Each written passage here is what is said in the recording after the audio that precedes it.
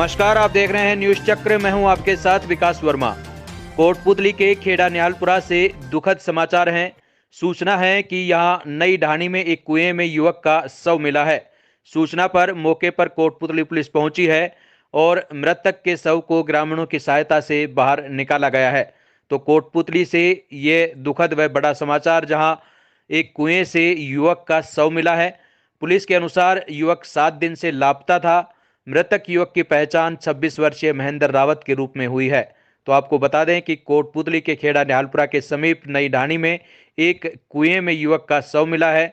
मृतक की पहचान कर ली गई है। बताया जा रहा है कि युवक 7 दिन से लापता था और इसे अलग अलग जगह पर तलाशा जा रहा था।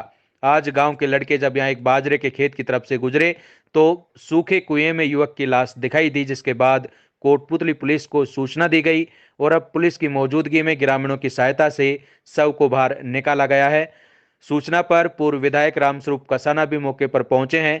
घटना की जानकारी जुटाई जा रही है, लेकिन फिलहाल यह तय नहीं हो पाया है कि यह हादसा है या हत्या। तो कोटपुतली के खेड़ा न्यालपुरा से यह दुखद व बड़ा समाचार, जहां एक कुएं से युवक का शव मिला है। बताया जा रहा है कि युवक 7 दिन से लापता था।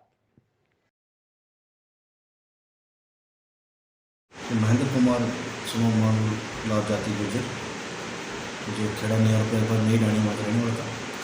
25 तारीख को करीब 7 बजे अपने घर से बाथरूम करते घर से निकला था, जिसके बाद में वो वापस घर पर नहीं आया। घर वालों ने उसकी गुमशुदगी दर्ज कर तलाश कर रहे थे। आज दोपहर में बदबू आने से पता चला कि कुएं के अंदर कोई गिरा हुआ है। फिर उसको निकाला तो उसके मृतक इस महेंद्र कुमार के रूप में पहचान है। वो पोस्टमार्टम करवाया सर। अभी तो पोस्टमार्टम रिपोर्ट से पहले कुछ कह नहीं सकते। कोरोना की दूसरी लहर का प्रकोप कम होते ही आज से 9वीं से 12वीं तक के स्कूल खोल दिए गए हैं। स्कूल खुलने के साथ ही बच्चे व स्कूल स्टाफ कोरोना गाइडलाइन की पालना करते नजर आए। कोटपुतली के सरदार राजकीय सीनियर सेकेंडरी स्कूल की प्रिंसिपल मनोरमा यादव ने बताया कि स्कूल में प्रवेश से लेकर क्लास में बैठने तक पूर्ण रूप से कोरोना गाइडलाइन की पालना करवाई जा रही है। प्रत्येक क्लासरूम में बच्चों के बीच 2 गज की दूरी का ध्यान रखा गया है। वहीं स्कूल में प्रवेश के समय सैनिटाइजेशन का भी ध्यान रखा गया है। स्कूल खुलने के साथ ही बच्चे भी उत्साहित दिखाई दिए। बच्चों ने कहा कि घर बैठकर बोर हो चुके हैं, भविष्य बर्बाद होता है, स्कूल खुले हैं तो बहुत अच्छा लग रहा है। चौहान है, मैं क्लास 12 की स्टूडेंट हूँ और प्रमोट होने से कुछ हम फ़ायदा भी नहीं है, उससे हमारा ही लॉस होता जा रहा है।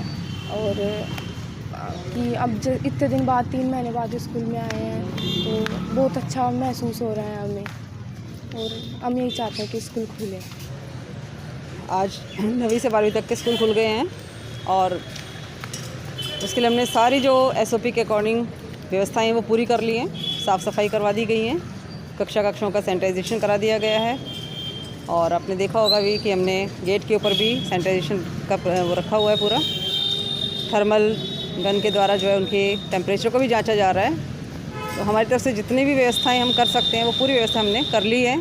बिना मास्क के किसी को भी अलाउ नहीं किया जा रहा है और सोशल डिस्टेंसिंग का पूर्ण पालन करते हुए कक्षों में भी हमने व्यवस्थाएं उसी प्रकार से की हुई हैं। तो बच्चों को क्लास में किस तरह सोशल डिस्टेंसिंग का कहते हैं? सोशल डिस्टेंसिंग उनके जो बेंच टेबल स्टूल हैं उनके अंदर गैप रखा गया है और हर बच्चे के बीच में दूरी रख करके उसको मेंटेन किया गया है। बच्चों को टिफ़िन बॉटल ये सब खुद के लाने के लिए कहा गया है और आपस में एक दूसरे से शेयर नहीं करने के लिए कहा गया है। कोटपुतली शहर में बारिश तो जैसे आफत बनकर ही आती है। जरा सी बारिश के साथ ही नाले हाँफने लगते हैं और सड़कें तालाब बन जाती हैं। सड़कें आपकी स्क्रीन पर कोटपुतली के जीन माता मंदिर के समीप की हैं, जहां आज जरा सी बारिश के बाद लोगों के घरों और दुकानों में पानी भर गया। सड़कें तालाब बनी रही और लोग परेशान होते रहे। कोटपुतली नगरपालिका की सफाई व्यवस्था की पोल खोलती ये तस्वीरें बहुत से सवाल करती हैं, लेकिन जवाब दे यहाँ कोई नहीं है। ऐसे में सवाल करें तो किससे? कोटपुतली के राजकीय LBS कॉलेज में स्नातक पाठ प्रथम में प्रवेश के लिए सीटें काफ़ी कम पड़ गई हैं। विशेषकर आर्ट्स, साइंस, मैथ व बायो के लिए बड़ी संख्या में छात्रों को मायूसी झेलनी पड़ेगी। आवेदकों की संख्या अधिक होने से 12वीं बोर्ड परीक्षा में पास हुए सीबीएसई व राजस्थान बोर्ड के छात्रों में से सबको प्रवेश मिलना असंभव लग रहा है, क्योंकि अब 7 सितंबर तक आवेदन की तिथि भी बढ़ा दी गई है। साथ ही फीस जमा कराने की तिथि भी बढ़ा दी गई है। ऐसे में आवेदनों की संख्या और अधिक बढ़ेगी। 7 सितंबर तक ये तिथि बढ़ी है और अब तक जो 31 तारीख तक जो आवेदन आए हैं उसमें अलग अलग संकाय हैं और उन संकायों के हिसाब से हमारे यहाँ आवेदन प्राप्त हुए। फैकल्टी वाइज होती है। आर्ट्स में जो हमारे सब्जेक्ट हैं चलते हैं उसमें 1500 सीटें हैं हमारे आर्ट्स के लिए। तो इन 1500 जो सीटें हैं उनमें अभी तक 2400 आवेदन हमें प्राप्त हुए हैं कला संकाय के लिए। और इसी तरह से कॉमर्स संकाय के लिए 300 सीटें हैं और इन 300 सीटों में 226 आवेदन हमें प्राप्त हुए हैं। इसी तरह से जीव विज्ञान बायोलॉजी में 352 सीटें हैं, 745 आवेदन प्राप्त हुए हैं।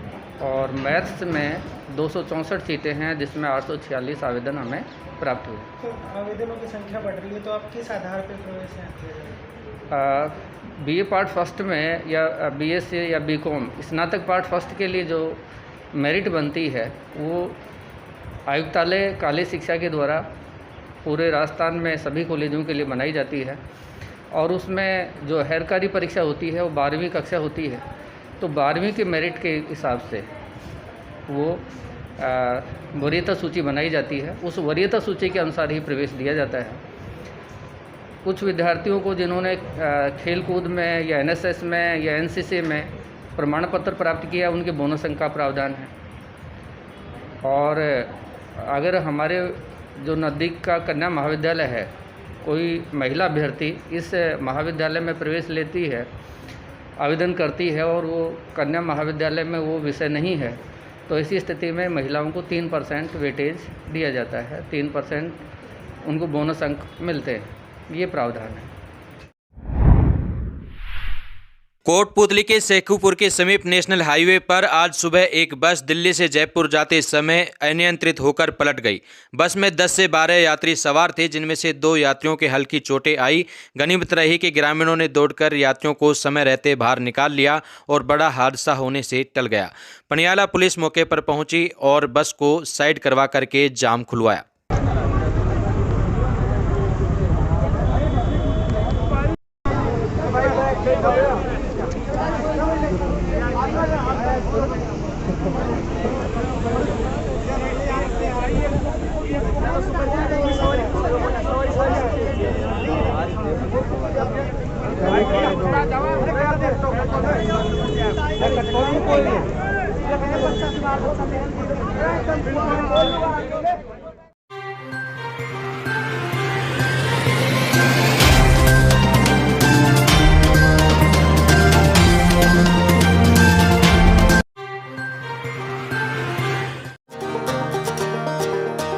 Delhi Public World School, Kotputli is world-class 7-acre campus situated in Rajasthan on NH8 near Kotputli, Behror and Nimrana. DPWS has left no stone unturned to learners an education cum extracurriculum package that would help them be future ready.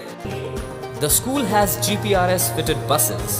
The school has blended learning with smart class facility in each classroom. The music and instrumental classes have the latest technology.